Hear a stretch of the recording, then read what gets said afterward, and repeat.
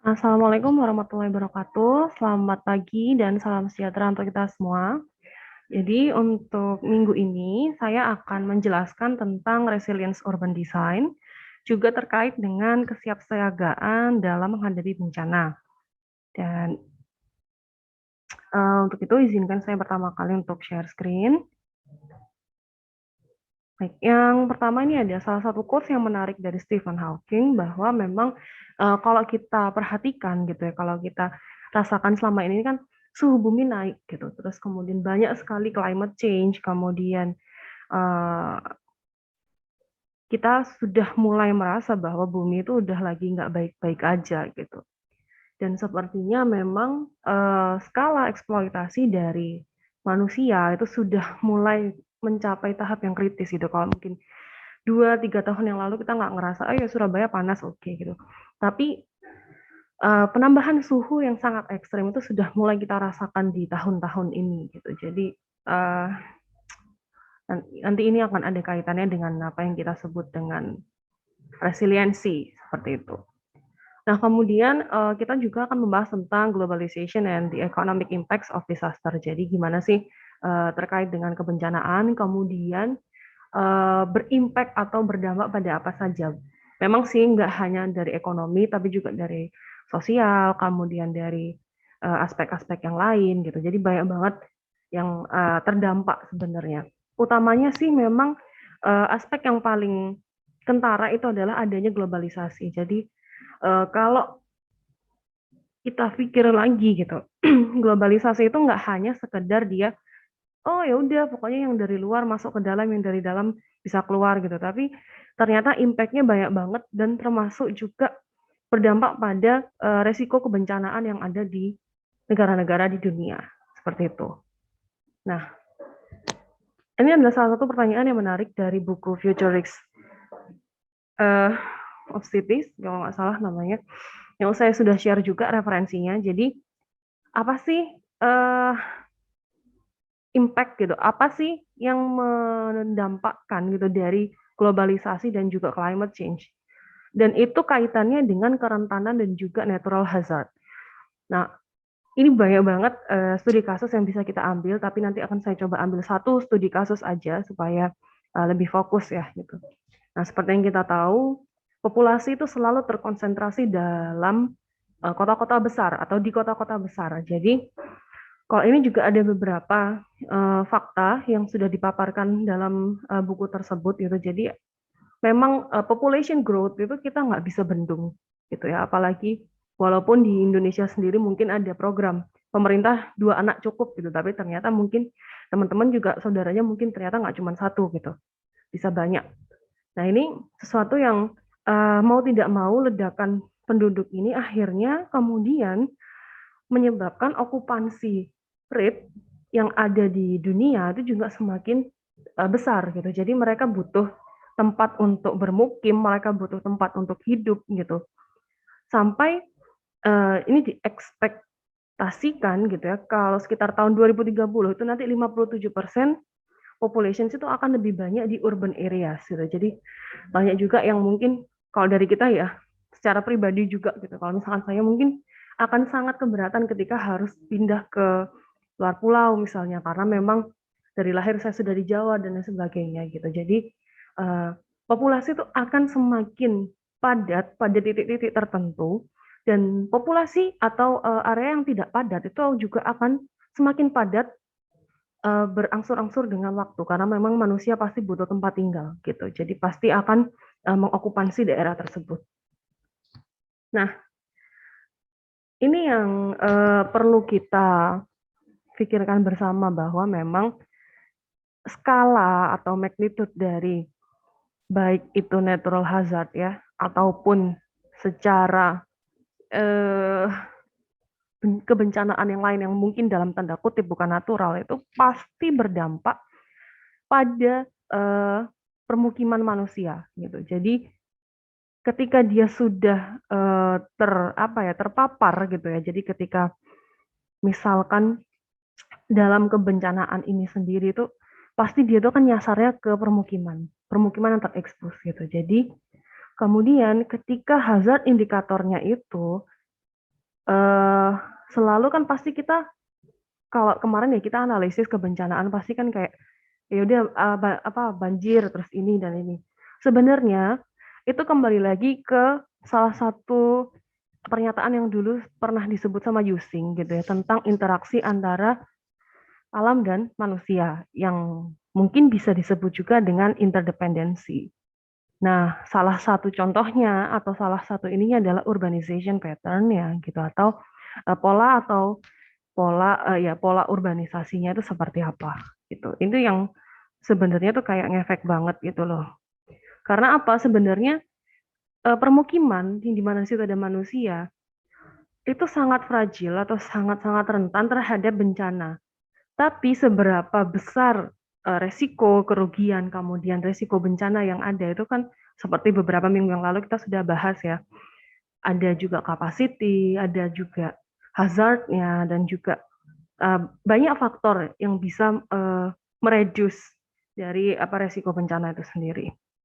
Nah, mungkin sebelum saya lanjutkan, teman-teman untuk absensi di minggu ke-9 kali ini, teman-teman bisa absensi dengan cara eh, komen pertanyaan di link YouTube, ataupun juga langsung mengintisarikan atau mereview dalam satu paragraf aja, satu dua paragraf tentang materi kita minggu ini gitu. Jadi silakan dipilih saja mau bertanya, tapi bertanya juga nggak boleh asal ya, maksudnya bertanya yang benar-benar kontekstual dengan materi kita nanti ini gitu. Karena memang di e-learning lagi agak error, jadi saya harapnya pakai ini aja. Oke, next kita lanjut. Ini mungkin yang sedang terjadi ya teman-teman, atau kemarin teman-teman pasti juga udah aware tentang ini. Jadi ada banjir di Batu tuh benernya saya pribadi sih sebenarnya kaget banget ya, karena emang Batu itu bukan satu tempat yang saya pikirkan gitu untuk bakalan banjir gitu. Dan tapi ternyata memang uh, banjir gitu. Jadi memang, dan kalau nggak salah sudah ada 6 korban jiwa ya di apa Batu. Mudah-mudahan kita berdoa bersama semoga segera pulih. Nah, tapi dari kasus Batu ini menarik banget gitu. Ada yang bisa kita pelajari dari kasus ini. Nah, beberapa pendapat ya dari para ahli, baik itu dari organisasi lingkungan hidup seperti WALHI, ataupun beberapa ahli seperti dosen teknik pengairan di Brawijaya, kemudian ahli hidrologi UGM, dan juga kepala Balai Besar Wilayah Sungai. Nah, itu mereka mengemukakan statement-statementnya gitu, menganalisis kenapa sih kok bisa terjadi banjir dan longsor di Batu gitu. Mayoritas memang menyatakan bahwa ini adalah dampak dari climate change gitu. Kemudian ada juga memang yang paling kentara adalah kerusakan alam gitu, terutama di daerah dengan intensitas hujan yang tinggi ya. Jadi ini kayak berkaitan gitu loh.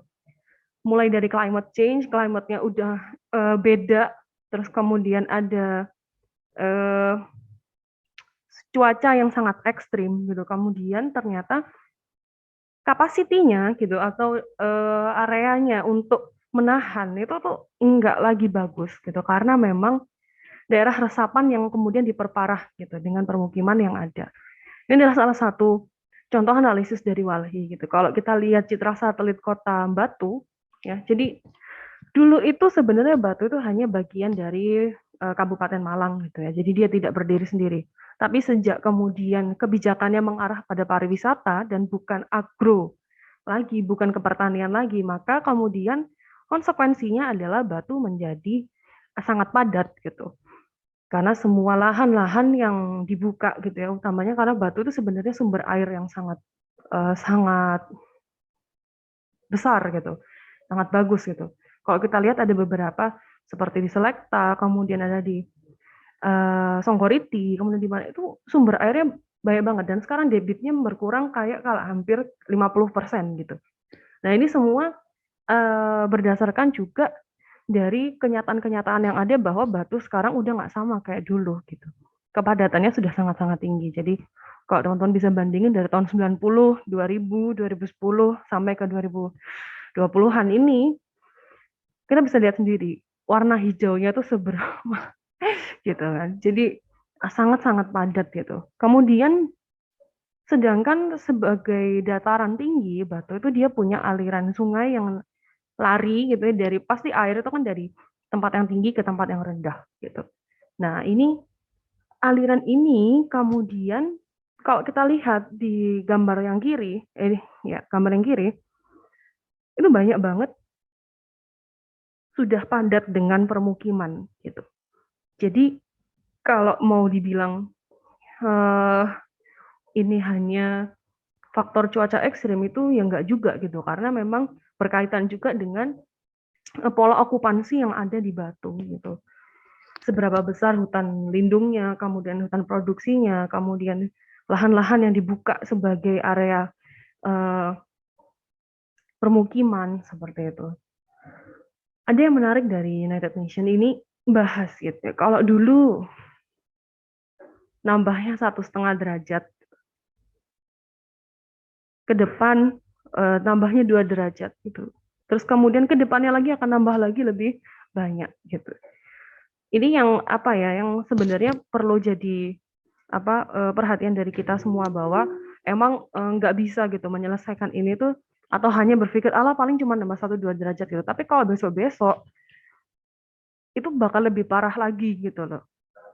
Nah, ini yang cukup berbahaya dan banyak banget program-program resilience urban design yang bahas soal climate change karena itu emang yang paling ini banget. Oke lah kita butuh uh, penataan atau perancangan kota yang lebih baik gitu. Misalkan transit oriented development gitu, terus kemudian banyak public transport, kemudian mixed use gitu. Tapi sebenarnya yang perlu kita perhatikan juga adalah gimana sih caranya supaya kota ataupun kawasan itu bisa resilient gitu terhadap faktor-faktor kebencanaan yang ada gitu. Ini adalah salah satu yang menarik. Jadi dari Urban Hub, jadi dia menyatakan bahwa apa sih yang dimaksud dengan urban resilience itu? Gitu. Urban resilience itu sebenarnya dia mampu untuk memaintain atau mampu untuk menjaga stabilitas dari beberapa trauma ataupun stres dan juga menyimpan sorry sebentar. Jadi urban resilience itu sendiri bisa maintain stability. Jadi yang penting itu adalah aduh ramai banget sih. Jadi yang penting itu adalah meminimalisir atau bisa menjaga trauma atau stres dari yang ada gitu. Jadi nggak hanya cuman merencanakan tentang resiko bencananya itu seperti apa, tapi juga gimana caranya kota itu bisa fleksibel dan juga bisa beradaptasi dari kondisi yang berubah itu tadi. Jadi kalau misalkan dari awal kan ada ya beberapa fase kayak mitigasi, kemudian ada juga posnya, ada perannya dan lain sebagainya. Itu jadi kota itu bisa benar-benar beradaptasi dan juga apa ya dalam tanda kutip itu tanggap terhadap kondisi-kondisi yang berubah seperti itu.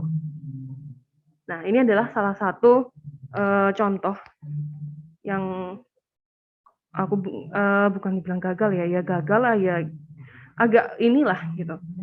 Jadi adalah salah satu housing kompleks. Jadi kompleks permukiman yang ada di Meksiko.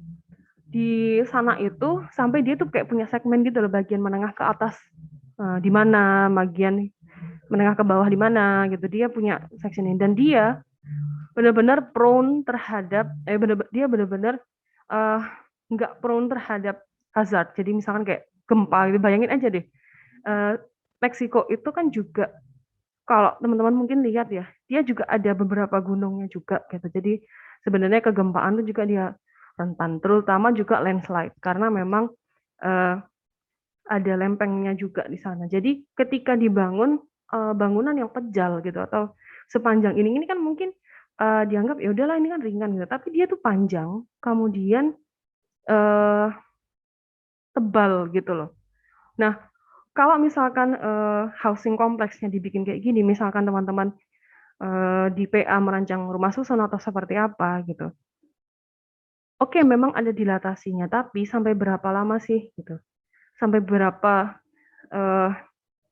besar sih mampu menahan jika misalkan ada bencana, seberapa resilient sih gitu. desain saya seperti itu. Ini akhirnya daerah kompleks ini kan kemudian kayak ditinggalkan gitu, terus banyak kriminal dan lain sebagainya. Jadi ini salah satu presiden yang saya rasa bisa kita pelajari lah kesalahannya gitu. Ya, selanjutnya itu kita bakal bahas tentang informal cities. Jadi emang mau nggak mau hal ini emang berdampak banget sama eh, yang tadi kita bahas gitu soal apa, gimana sih caranya kita merancang atau mendesain satu kawasan atau satu bangunan yang memang hazard prone gitu atau disaster prone gitu. Nah, ini yang banyak banget apa ya, terdapat gitu, baik di negara kita ataupun di negara-negara lain gitu. Jadi settlements atau pemukiman-pemukiman yang memang tidak direncanakan gitu atau tidak di planning, kemudian karena memang kebutuhan manusia tentang ya balik tadi lagi urbanisasi dan lain sebagainya, akhirnya dia menempati lokasi-lokasi yang memang sebenarnya sangat-sangat apa ya, benar-benar sebenarnya nggak cocok gitu untuk jadi tempat pemukiman karena memang dia misalkan di terrain yang bawah gitu atau di lereng, kemudian di area-area yang sebenarnya berbahaya karena memang itu alirannya air tuh di situ gitu. Jadi bakal kedampak banjir otomatis ya iya karena memang itu alirannya air gitu. Itu tempatnya air terus kemudian dipakai buat hidup gitu, dibuat bangunan rumah gitu. Nah, akhirnya pasti nanti ngaruhnya juga ke bencana yang terjadi juga seperti itu. Nah, sebenarnya sih kalau ngomongin soal informal settlements gitu atau pemukiman yang tidak terencana itu ya emang nggak baru gitu. Nah, tapi sampai sekarang itu banyak banget eh, analisis ataupun evaluasi-evaluasi yang dilakukan gimana sih caranya supaya improving quality-nya gitu. Jadi apakah digusur itu salah satu jalan gitu atau satu-satunya jalan yang terbaik gitu. Atau karena ya dilema juga gitu loh, masalahnya kan kita berbicara dalam berbagai aspek ya, dalam berbagai perspektif ya. Jadi kayak bisa jadi misalnya kalau misalkan menggusur itu pasti ada masalah sosial, masalah ekonomi, tapi secara tata ruang, secara kawasan, ya sebenarnya area itu tuh emang bukan buat ditempatin atau seperti apa. Jadi perdebatan-perdebatan ini kemudian memicu beberapa peneliti ataupun ahli itu untuk merumuskan kira-kira yang baik gimana sih dari berbagai perspektif gitu. Jadi, nah ini nanti yang kita harapkan ke teman-teman supaya teman-teman bisa dalam tanda kutip gitu ya melahirkan perspektif atau solusi alternatif yang sesuai dengan apa yang teman-teman pandang lebih tepat gitu. Nah, ini adalah salah satu kegunaan dari space syntax. Ini kalau ahli space syntax kalau di prodi pasti Bu Adibah ya gitu. Jadi ini adalah salah satu teknik kuantitatif gitu untuk mereduksi atau mengakses kebencanaan. Jadi untuk minggu ini saya akan membicarakan soal yang kuantitatif, baru minggu depannya nanti yang kualitatif gitu. Nah, dalam space syntax ini beberapa sudah pernah dilakukan penelitian terkait dengan kebencanaan gitu, mulai dari hubungan dari konstruksi dan juga pedestrian gitu. Terus kemudian bahkan untuk menghitung eh, kalau misalnya terjadi banjir, area-area mana yang bakal terisolasi gitu. Nah, itu ngefeknya apa sih ya? Pasti ngefeknya nanti ketika pos bencana gitu, mulai dari logistik dan lain sebagainya, bahkan penyelamatan orangnya gitu juga pasti akan ngefek gitu. Karena kalau kita sudah tahu lebih dulu di mana area yang bakal terisolasi gitu. Kemudian ada juga yang menganalisis dari hubungan ruas apa jalannya dengan akses menuju shelter-shelter emergensi terdekat gitu. Nah, dengan cara space syntax ini kita bisa mengakses itu semua gitu. Nah, ini ada salah satu beberapa tabel yang kira-kira bisa digunakan gitu. Atau sudah pernah ya topiknya sudah pernah diteliti oleh orang gitu. Misalkan kalau mitigasi. Kalau dari flood itu recovery-nya yang belum ada gitu atau belum belum tercantum di sini gitu. Jadi ini ada beberapa cara untuk mengakses resiko bencana baik itu dari tahapan mitigasi, emergency, ataupun di recovery. Gitu. Jadi banyak banget. Ini masih baru yang natural hazard ya, jadi kita nggak membicarakan soal man-made hazard yang kayak perang nuklir dan lain sebagainya gitu. Kita fokus di sini dulu. Nah, ini adalah case study pertama yang akan saya ceritakan sedikit tentang Chiquihuite Hill. Ini ada di Meksiko. Jadi di Meksiko ini dia itu ada beberapa bukit ya, gitu. Nah, salah satu bukitnya ini namanya Chiquihuite. Dan di sekeliling bukit itu, seperti yang kalau teman-teman lihat ini ya, bukitnya itu kan kayak karang gitu ya. Nah, di sekeliling bukit itu dihuni permukiman gitu, yang padat gitu. Dan kemudian terjadi landslide, ya, terjadi longsor gitu. Dan cukup parah gitu. Kemudian ada peneliti yang kemudian meneliti soal itu. Jadi di Meksiko ini sendiri, jadi di sekeliling hill itu kemudian ada banyak banget permukiman yang dibangun di situ. Jadi benar-benar padat. Kalau kita lihat di gambar sisi kiri, memang kelihatan padat banget itu. Kemudian ketika dipetakan melalui urban grid di sebelah kanan itu juga kelihatan sangat pejal, sangat padat banget. Kalau kita bisa lihat di sisi yang paling utara, itu kelihatan jauh lebih tidak beraturan jalannya, ya kan? Kayak gak jelas gini. Tapi begitu ke sisi yang ke sebelah barat ini udah lumayan kayak ketata gitu loh. Nah, kemudian apa sih kemudian efeknya gitu dengan space syntax dan juga disaster risk manajemennya seperti apa gitu. Nah, ini kalau di space syntax itu ada nilai namanya connectivity, integration, dan juga, nah ini salah satunya. Bisa dilihat bahwa di area yang kalau kita bilang tadi yang jauh lebih informal gitu ya, jauh lebih tidak beraturan itu warnanya jauh lebih biru, birunya lebih biru gelap dibandingkan area yang gridnya kelihatan lebih enak gitu. Nah ini tandanya apa sih sebenarnya? Sebenarnya menandakan bahwa konektivitas antara yang lebih bergrid ini itu konektivitasnya tuh lebih tinggi. Jadi kayak semua jaringan jalan itu terkoneksi dengan enak dan dengan baik itu. Jadi orang akan lebih mudah melintasi atau orang akan lebih mudah dalam tanda kutip mengevakuasi dirinya sendiri ketika bencana itu dengan garis yang semakin ke arah merah gitu. Itu jalur yang orang paling banyak lewat dan orang yang paling banyak terkoneksi dengan jaringan jalan yang lain gitu. Semakin biru berarti jalannya itu semakin tidak terkoneksi dengan jalan-jalan yang lain. Nah, space syntax itu menganalisis di area seperti ini. Gitu. Kemudian dia juga menyampaikan bahwa adanya kurang integrasi dengan lanskap alam ini tadi. Kenapa? Karena memang pembangunan yang tidak berencana ini, kemudian dia itu akhirnya membuat jaringan-jaringan jalannya menjadi tidak teratur juga, dan akhirnya ternyata nggak sesuai juga dengan aliran sungai yang ada di sana gitu. Jadi kayak nggak sesuai dengan kontur. Pokoknya bangun, pokoknya ada ruang gitu. Nah ini hati-hati karena memang banyak banget praktek seperti ini terjadi di kota-kota besar kita juga gitu. Bahkan praktek ini ya juga nggak hanya pemerintahnya seperti itu atau nggak hanya oknum-oknum tertentu, tapi bahkan masyarakatnya sendiri karena mereka memang butuh space untuk bikin rumah gitu atau bermukim, mereka akhirnya juga mengabaikan interdependensi antara dia dan alamnya seperti itu. Akhirnya ya ini dia nggak kontekstual dengan site, dia nggak ini pokoknya bangun aja gitu.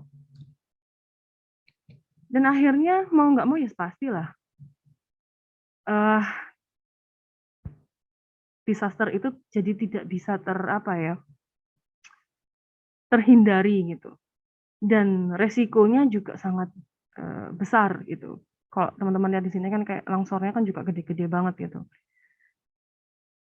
Dan bayangkan punya rumah dengan ngepras tebing segitu banyak gitu. Kemudian secara orientasi, terus kemudian secara integrasi, konektivitas antara jalannya juga nggak bagus gitu. Ya udah, parah gitu jadinya. Dan, kalau kita ngelihat dari studi kasus Cikui Tehil ini, dia itu lebih banyak mengikuti keuntungan ekonomi. Jadi emang benar-benar, bangunan rumahnya tuh ya udah dijual dijual dijual dijual aja, pokoknya lahannya segini dia bangun gini, gitu. Tanpa memperhatikan atau apa ya, me tanpa mengesampingkan, "Oh ini tuh harusnya kayak gini loh," gitu. Orientasinya seperti ini, ruang terbukanya harus berapa, terus kemudian seperti apa, itu jadi nggak penting gitu di sini. Terus kemudian pertumbuhan kotanya jelas tambal sulam. Ini juga banyak banget terjadi di negara kita sebenarnya. Jadi benar-benar nggak direncanain dulu, pokoknya tumbuh aja, tumbuh organik gitu aja gitu. Dan dia nggak peduli itu tuh ada di bukit, terus kemudian jalannya itu secara kemiringan itu tidak standar, terus kemudian nggak peduli karena mereka memang butuh tempat gitu untuk hidup gitu, untuk bermukim. Dan ini hasilnya seperti itu.